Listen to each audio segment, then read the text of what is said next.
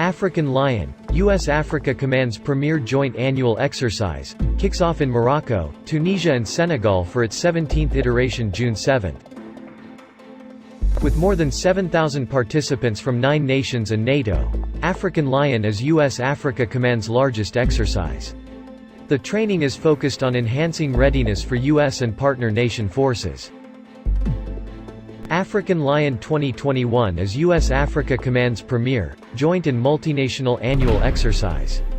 African Lion is an excellent example of the United States' long-term commitment to Africa and recognition of Africa's strategic importance to the United States, said U.S. Africa Command Commander, U.S. Army General Stephen Townsend.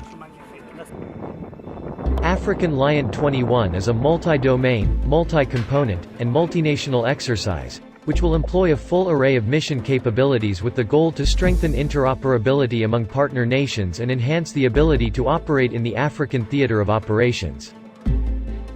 This exercise is all about readiness. Readiness of our partners, and readiness of our forces. It brings together various ideas, experiences, and capabilities, ultimately making us stronger partners and a more capable multinational force, said Townsend. African Lion activities are spread across Morocco, from Kenitra Air Base in the north to Tan Tan and the Greer Labouhi training complex further south. Activities are also occurring in Senegal and Tunisia. An air training exercise, coordinated by the U.S. Air Forces Europe and Africa, will feature U.S. and Moroccan air maneuvers including bombers, fighters and aerial refueling.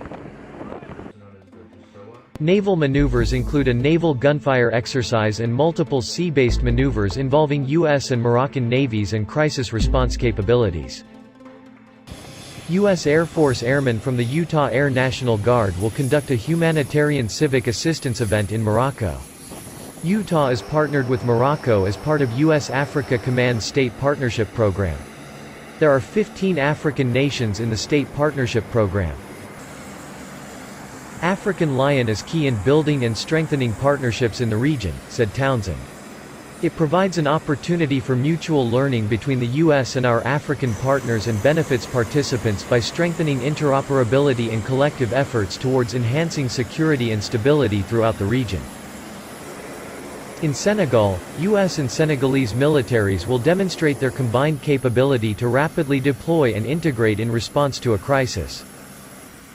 In Tunisia, U.S. and Tunisian armed forces will conduct command post exercises and small unit tactical training.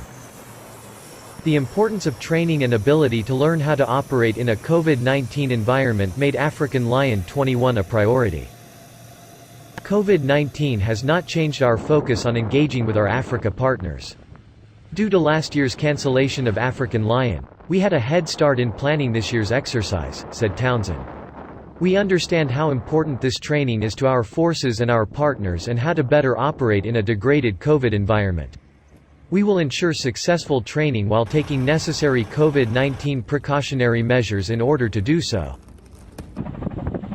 The U.S. Army's Southern European Task Force, Africa, assumed lead responsibility of Exercise African Lion in 2019 from the U.S. Marine Corps. Major General Andrew M. Rowling, the U.S. Army Southern European Task Force, Africa Commander, and the U.S. Army Europe and Africa Deputy Commanding General said during the launch ceremony at Agadir that African Lion 2021 is the largest U.S. military exercise ever conducted on this continent. This exercise has undoubtedly reached a degree of maturity that attests to the strength of cooperative relations between our respective armies, said General Belker El Farouk, commander of the Moroccan Army's Southern Zone. However, Spain, which is traditionally one of the exercise's major participants, has withdrawn its support this year. Madrid has officially cited budgetary constraints as its reason for withdrawing from the 2021 African Lion, the Spanish newspaper El País wrote. Nevertheless, the actual reason was the Spanish government's disagreement about Rabat legitimizing the occupation of Western Sahara. Spain has decided that sending soldiers to these exercises would legitimize the Moroccan occupation, El País wrote. Adding to the rift with Spain was the inclusion of the town of Mobs in the exercise, although US AFRICOM did not mention the town as part of the exercise. The town is the location of a 1985 battle over Western Sahara. Mobs is about 100 kilometers away from the town of Tindouf in Algeria, where the headquarters of the Algerian-backed Polisario Front military forces are. The Polisario Front is the resistance group that wants to split Western Sahara from Morocco. The issue of Western Sahara is just the latest in the confrontational relationship between Madrid and Rabat. Morocco has grown to view Spain as no longer a viable strategic partner.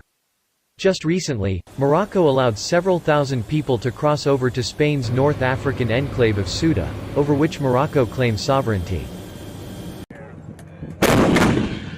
The exercise carries on despite the Spanish absence. The exercise takes place in several locations in Morocco, including Agadir, Tifnit, Tantan, Mobs, Tafraout, Ben Guerir, and Kenitra, as well as in Senegal, Tunisia, and Germany. U.S. and Royal Moroccan forces have been joined by the armed forces of Brazil, Canada, Great Britain, Italy, the Netherlands, Senegal, and Tunisia. In addition, military observers from 30 countries are present.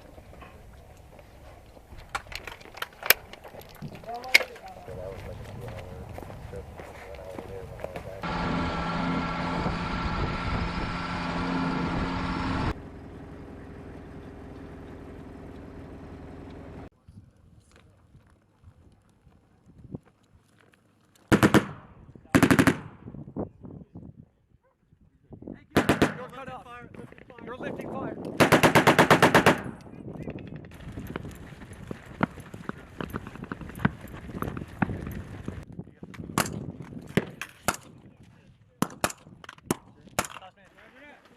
Alpha online, online. Get online.